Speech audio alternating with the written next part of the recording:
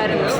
അതിൻ്റെ കൂട്ടത്തിൽ എക്സ്പെക്ടേഷൻ കൂടാനായിട്ട് ഗൗതം വാസുദേവൻ എന്ന് പറയുന്ന അക്ലെയിംഡ് ആയിട്ടുള്ള ഡയറക്ടറിൻ്റെ ഫസ്റ്റ് മലയാളം മൂവി എന്ന് പറഞ്ഞപ്പോൾ തന്നെ ആ ലോഞ്ചിൻ്റെ സമയത്ത് തന്നെ നമ്മൾ വെയിറ്റ് ചെയ്യായിരുന്നു. ഈ പടം അനൗൺസ് ചെയ്ത സമയത്ത് തന്നെ നമ്മൾ വെയിറ്റ് ചെയ്യായിരുന്നു.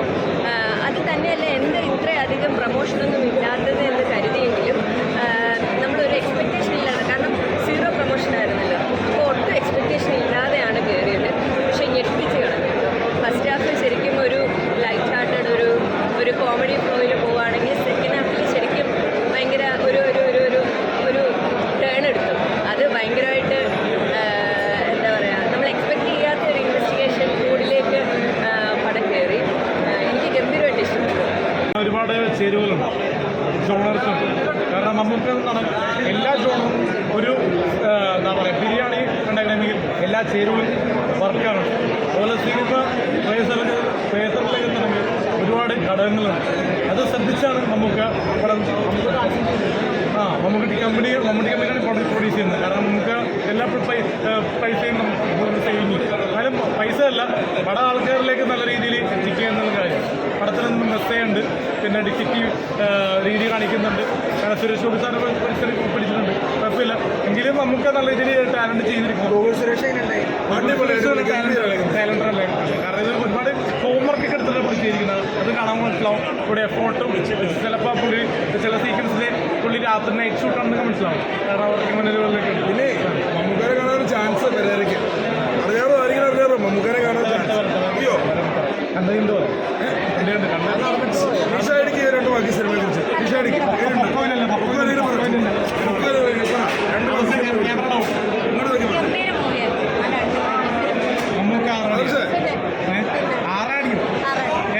ആറാടി നല്ല സിനിമയാണ്.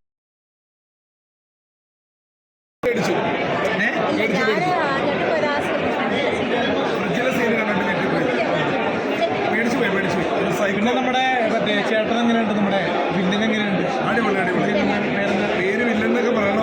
ദിനേശ് വില്ലന്റെ പേര് പറയരുത്, ബാബു പേര് മാറ്റണം. പിന്നെ നമ്മുടെ ഇതിൽ ഡാൻസ് പെർഫോമൻസ്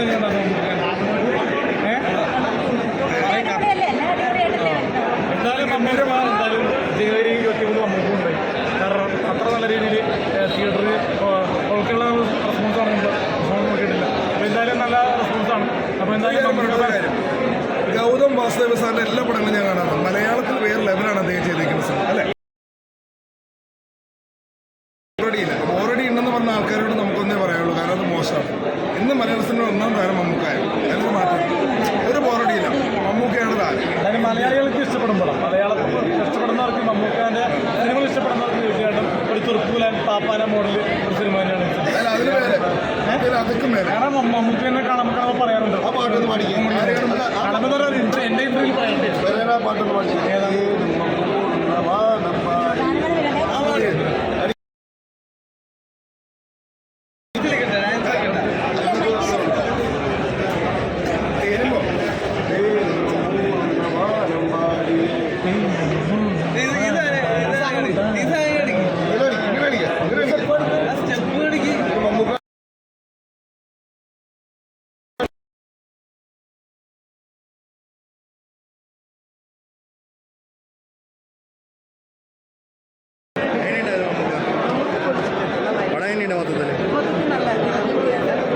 എന്ത് ടൈപ്പ് പടമാണത്? എന്ത് ടൈപ്പ് പടമായിട്ട് തോന്നി? കോമഡി അങ്ങനെ?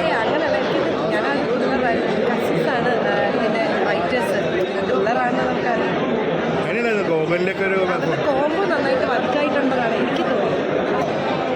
ഇപ്പം ഒന്ന് കണ്ടെങ്കിൽ പോയി ഇറങ്ങിയതേ ഉള്ളൂ. ജസ്റ്റ് പടം ഇപ്പം ഞാനിപ്പോൾ ഒരു ക്ഷണം സ്വീകരിച്ച് ഇവിടെ വന്നതാണ്.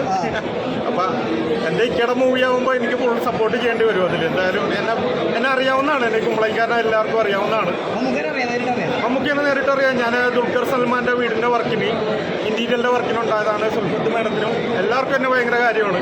എൻ്റെ എല്ലാ കാര്യങ്ങളും അറിയാവുന്നതാണ്. അപ്പോൾ ഞാൻ എൻ്റെ ഇക്കയുടെ മൂവി അത് റിലീസാകുമ്പോൾ ഒന്ന് സപ്പോർട്ട് ചെയ്യണമല്ലോ. ആരെല്ലാം വന്നാലും ആരെല്ലാം പോയാലും ഇക്കയുടെ ലെവലൊന്ന് വേറെയാണ് മക്കൾ. അത് വേറെ ലെവലാണ്. ഇക്ക ഇങ്ങോട്ട് വന്ന് ഇങ്ങനെ നിന്നാണ്ടല്ല, അത് പൊള്ളി ലെവലാണ്. ഇക്കയുടെ ലെവൽ വേറെ, അത് വേറെ ലെവൽ.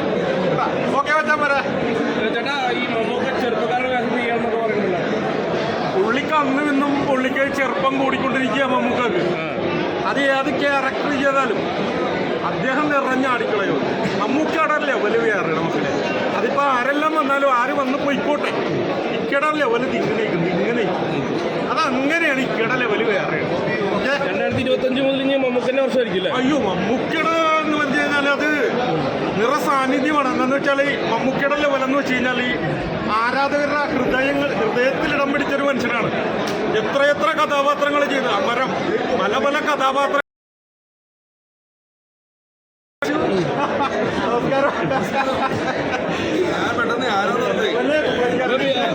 ബിലാല് വരോ?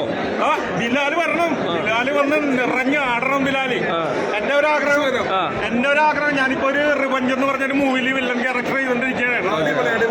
അത് കംപ്ലീറ്റ് ആയിട്ടില്ല. നിറഞ്ഞാടുന്ന വില്ലൻ ക്യാരക്ടർ ഒരു ആഗ്രഹം കൊണ്ടിരിക്കണം. അതിലിറങ്ങി ഒന്ന് പൊളിക്കണോ? കൊച്ചി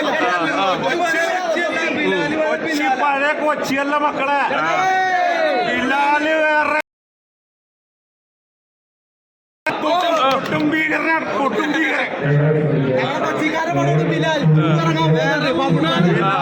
ബിലാലിന്റെ ക്യാരക്ടർ ചെയ്യും.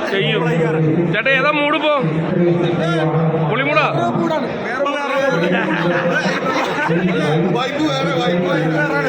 രണ്ട് മുഖങ്ങളാണ് എനിക്ക്.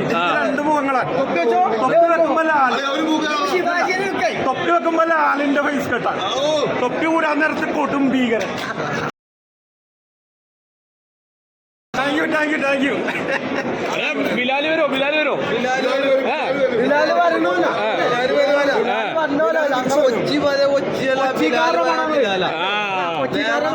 വേറെ മൂട്. ഏതാ മൂട്?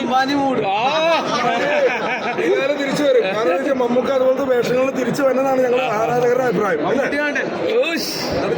മമ്മൂക്കായിട്ട് അഭിനയിക്കുന്നത് ആഗ്രഹമുണ്ടോ? എനിക്ക് അഭിനയിക്കുന്ന താല്പര്യമുണ്ട്. ഞാൻ കുറെ ട്രൈ ചെയ്യുന്നുണ്ട്. എനിക്കൊരു വാക്കുകൂടി പറയാനുണ്ട്. ഈ കാലഘട്ടത്തിന്റെ മാറ്റത്തിനനുസരിച്ച് സിനിമയ്ക്കും മാറ്റങ്ങൾ അനിവാര്യം തന്നെയാണ്. അതനുസരിച്ച് സിനിമയും പോയിക്കൊണ്ടിരിക്കണം. ഇപ്പൊ നമ്മൾ മാർക്കോ കണ്ടു, വയലൻസ് മൂവിയാണ്. എങ്കിലും നമ്മൾ എന്നും ഈ മരം ചുറ്റി പ്രണയോട്ട് നടന്നിട്ട് കാര്യമില്ല. സിനിമക്ക് മാറ്റങ്ങൾ വരട്ടെ, മാറട്ടെ. ഇൻസ്റ്റാഗ്രാമാണ് ഇപ്പൊ ഇറങ്ങിയത്. ആ ഇൻസ്റ്റാഗ്രാമിന്റെ ഒരു ഇതുണ്ട്. ഇപ്പൊ യുവാക്കളുടെ ഹരം അനുസരിച്ചാണ് ഇപ്പൊ മമ്മൂക്കയുടെ ഓരോ മൂവിയും കടന്നു വരുന്നത്. വരട്ടെ, കലാകാരന്മാർക്ക് എല്ലാവർക്കും അവസരങ്ങൾ കിട്ടട്ടെ.